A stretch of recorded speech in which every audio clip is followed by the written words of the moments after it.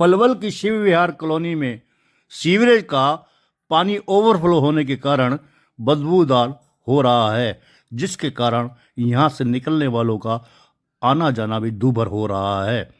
किसान नेता महेंद्र सिंह चौहान ने कहा कि पिछले 1.5-2 साल से यह समस्या निरंतर बनी हुई है। चंडीगढ़ तक उन्होंने शिकायत की है, लेकिन कोई सुनवाई अब तक भी नहीं हुई है। उन्होंने कहा कि नजदीक ही मंदिर है और शिक्षण संस्थान भी है, जिसके कारण आने वाले श्रद्धालुओं को काफी दिक्कतों का सामना करना पड़ रहा है। पानी की तो हालत ये है, पिछले 1.5 साल से लगातार यहाँ पानी भरा रहता है। मुश्किल से कभी 2-4 दिन के लिए बंद होता है। अभी भी जो पानी यहाँ भरा हुआ है, और ये बड़ी वैसे आज के सरकार के हिसाब से बड़ी इम्पोर्टेंट गली भी है। हमारे सामने आप देखो, सरस्वती कॉलेज है महिलाओं का, ये लड़कों का स्कूल है, इसके साथ ही आरएसएस का ऑफिस है मेरे घर के बिल्कुल सामने। ये 15-16 दिन से तो पानी ओवरफ्लो हो रहा है, जिसकी शिकायत हमने चंडीगढ़ भी जो सीवरेज का जो हेड ऑफ द डिपार्टमेंट है वहाँ कर ली।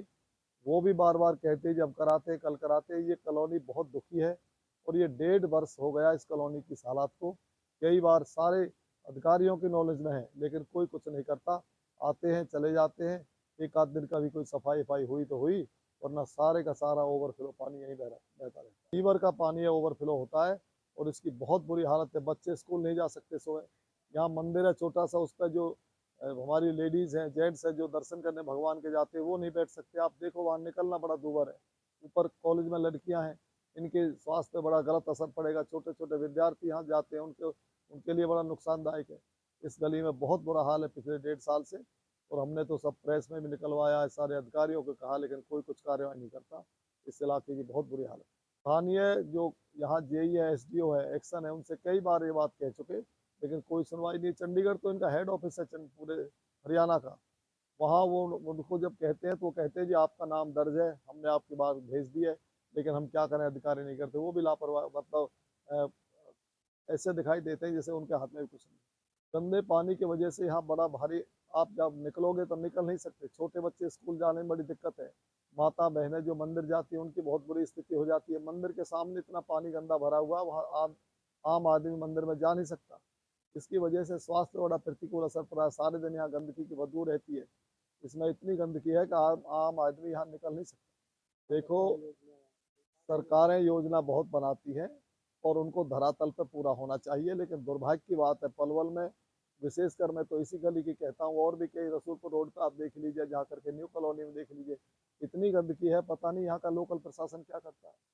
या तो ये लोकल प्रशासन को राज्य सरकार से कोई डर नहीं है, और अगर डर है तो ये करना नहीं चाहते। कोई ना कोई कारण है इनका, वरना यहाँ तो मंत्री जी भी हैं। मंत्री जी को तो बहुत ध्यान रखना चाहिए। तो पलवल के सौभाग्य की बात है कि स्थानीय व्यक्ति यहाँ मंत्री है। पता नहीं उनको भी ये नोटिस है या नहीं है। ये आपके चैनलों से मैंने तो कई बार चैनलों में निकलवाई है, अखबारों में निकलवाई है, कई बार मैं सब जगह सूचना, हमारा पूरा ये कॉलोनी के सारे लोग सूचना देते रहते हैं, लेकिन कोई कार्रवाई नहीं। हमें तो ये तो बरसात के सीजन में तो आप देखो, यहाँ कम से कम 3-3 फुट पानी 10-10 दिन लगातार भरा रहता है। कोई यहाँ रास्ता नहीं रहता, सब लोग आना जाना बंद कर देते। रिश्तेदार हो किसी का, कोई यहाँ कोई दुर्भाग्य से कई बार डेथ हो जाती है, तो जब सबको ले जाते हैं, उसकी डेड बॉडी को बहुत बड़ी दिक्कत आती है। कभी कोई शादी विवाह हो, किसी का भात सूचक हो, उस समय यहाँ लोग आते हैं तो बड़ा भारी। बेचारे वो सारे के सारे कहते हैं कि यार किस तरह की कॉलोनी में ये लोग रह रहे हैं।